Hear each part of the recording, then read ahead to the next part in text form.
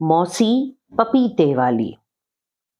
अमृतयान भी खूब है, हर समय यात्रा करता रहता है। देश का कोना कोना छान मारा, विदेशों की भी खूब सैर की। बूढ़ा हो गया पर थकने का नाम ही नहीं लेता। इन यात्राओं में अमृतयान को तरह तरह के अनुभव हुए, पर बस्तर में जो कुछ हुआ था उसे आज तक नहीं भूल सका है अमृतयान। बरसों पहले की बात है। एक दिन अमृतयान के पास उसके एक मित्र का पत्र आया, जिसका नाम था जित्तन। वह बस्तर में रहता था। जित्तन ने अमृतयान को बुलाया था। उसने चिट्ठी में लिखा, प्यारे मित्र, तुम यहाँ आओगे तो बस्तर के वनों में खो जाओगे। इतना सुंदर एकांत तुम्हें कहीं ना मिलेगा। यहाँ रहकर खूब अपना काम भी कर सकते हो। अमृतयान ने उससे पहले बस्तर नहीं देखा था। वह तुरंत चल दिया। साथ में थी पत्नी देवयानी और बेटी कविता। कुछ समय तक वह जित्तन के साथ रहा। फिर अलग रहने का इंतजाम हो गया। वह वहां रहकर कुछ लिखना चाहता था। एक छोटा सा खूबसूरत मकान, सामने रंग रंग के फूलों की बगीची।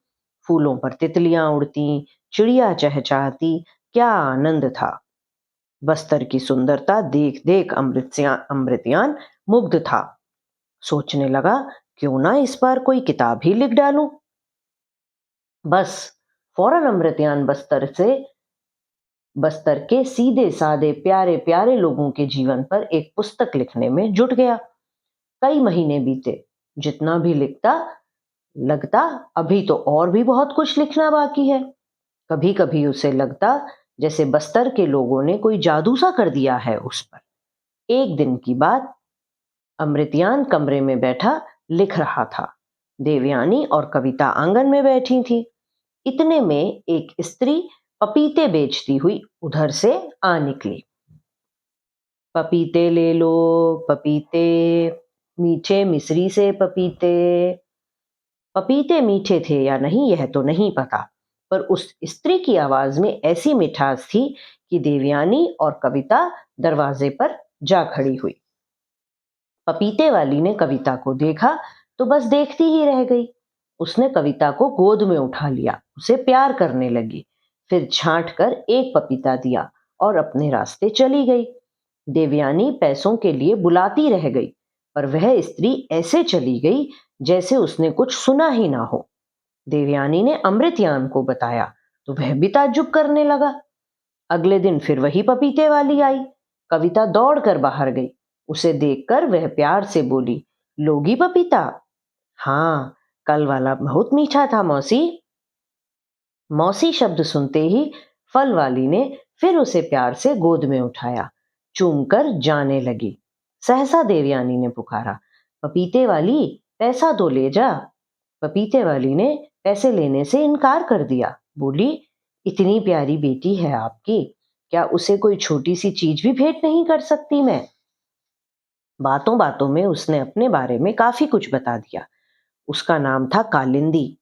वहां से कुछ मील दूर नदी पार एक गांव में रहती थी वह। दुनिया में कोई नहीं है बाबूजी मेरा, अकेली हूं, एकदम अकेली। कहते कहते उसकी आंख भर आई।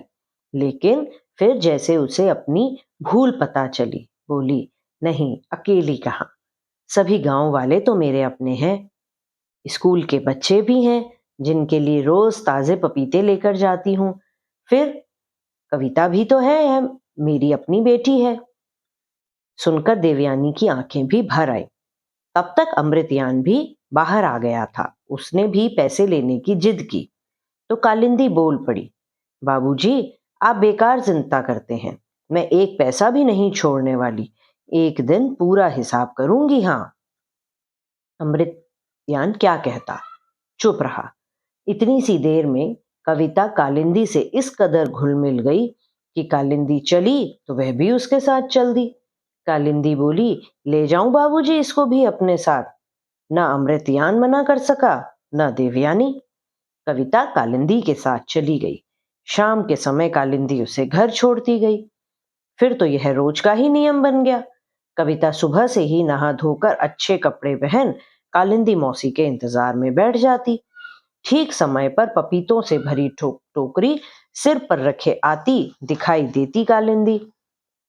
कविता चिल्ला पड़ती, मौसी पपीते वाली, मौसी पपीते वाली, और फिर कालिंदी के साथ चली जाती कविता। दिन भर उसी के साथ रहती, मीठी मीठी बातें करती, कहानियां सुनती।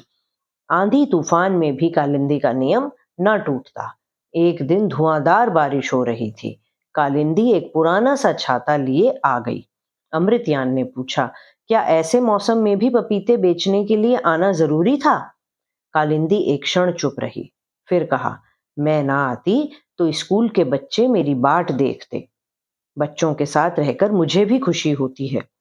कविता को देखे बिना भी तो चैन नहीं पड़ता। कालिंदी, क्या लगता है तुम्हें कविता को देखकर? आज तुम्हें बताना ही होगा। अब कालिंदी छिपा ना सकी, उसने बता दिया। बिल्कुल कविता जैसी ही थी उसकी बेटी। आज से 4-5 बरस पहले गांव में हैजा फैला, फिर उसकी चपेट में आ गई। कालिंदी का पति भी हैजे के शिकार हो गया। तब से फल बेचकर गुजारा करती है। स्कूल के बच्चों को देखकर प्यार उमड़ आता है। उसकी बेटी आज होती तो वह भी स्कूल में पढ़ रही होती। बिल्कुल कविता जैसी ही थी। वह बाबूजी, गोरी गोल मटोल, कहते कहते कालिंदी की आंखों से आंसू बह चले। इसके तीसरे दिन की बात है। कालिंदी सुबह सुबह कविता को लेकर गई, पर शाम को नहीं लौटी। दिन भर हल्की बूंदाबांदी होती रही। शाम होते होते जोरों की बारिश शुरू हो गई। अंधेरा हो गया, पर कालिंदी का कुछ पता न चला। अमृतयान दौड़ा दौड़ा वहां गया जहां स्कूल के बाहर कालिंदी पपीते बेचा करती थी। एक दुकानदार से पूछा। वह बोला, पपीते वाली तो आज दोपहर को ही चली गई। उसके साथ एक छोटी लड़की थी। सुनते ही अमृतयान का जी धक से रह गया। उसने घर आकर देवयानी को बताया। देवयानी तो रोते रोते बेहाल हो गई। चिल्लाकर बोली, ले गई वही चुड़ैल। पपीतों के पैसे नहीं लेती थी। तभी मुझे शक हुआ था। कहती ना थी कि एक दिन सारा हिसाब करूंगी। कर लिया ना हिसाब। न जाने मेरी फूल सी बेटी कहाँ होगी। नहीं देवयानी, ऐसा नहीं हो सकता। अमृतयान समझाने की कोशिश करता, पर देवयानी पर किसी बात का असर नहीं हो रहा था। परदेश में हम किससे मदद मांगे? कौन ढूंढ कर लाएगा हमारी बेटी को? कहते कहते देवयानी की हिचकियां बंध गईं। अमृतयान देवयानी को धीरज बांधते बंधाते खुद रो पड़ा। रात भर पानी बरसता रहा। अमृतयान मन ही मन सोच रहा था, क्या पुलिस की मदद लूं? पर जाने क्यों, उसे पूरा विश्वास था कि कालिंदी जरूर लौट कर आएगी। दिन निकला, बारिश कुछ कम हो गई। अमृतयान सोच नहीं पा रहा था कि वह क्या करे। तभी उसे कालिंदी की आवाज सुनाई दी।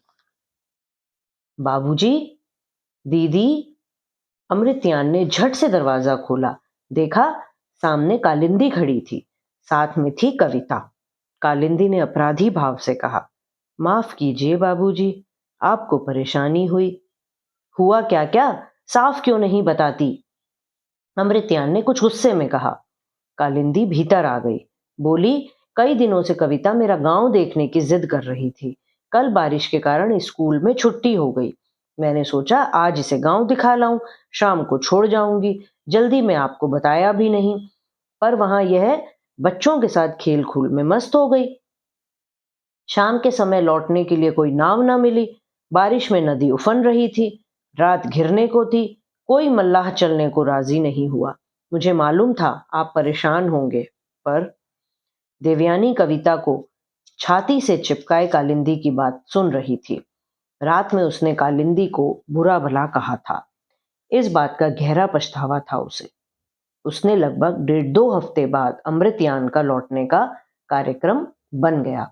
सुबह सुबह आई कालिंदी तो कविता चिल्लाई, पपीते वाली मौसी, पपीते वाली मौसी, आज हम जा रहे हैं। कालिंदी भीतर आई तो उसके चेहरे पर दुख की छाया थी। पूछने लगी, क्या सचमुच बाबूजी आप चले जाएंगे? अमृतयान बोला, हाँ कालिंदी, किताब पूरी हो गई, अब जाना ही होगा। तुम्हारे बारे में भी लिखा है किताब में। कालिंदी कविता को गोद में लेकर बैठी रही। उसके बालों में उंगलियां फिराती रही। अचानक देवयानी को कुछ याद आया। बोली, कालिंदी, अब तो पपीतों के पैसे बता दो। अमृतयान ने भी जिद की।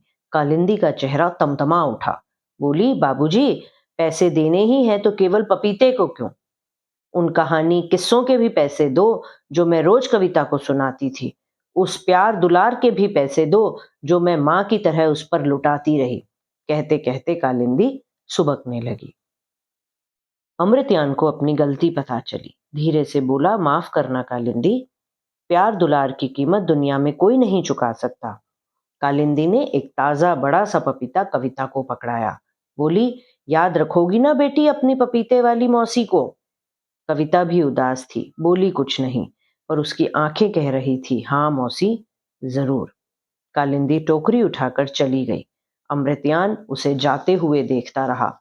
वह जानता था कि कालिंदी रो रही है और उन तीनों की आंखों में भी आंसू थे।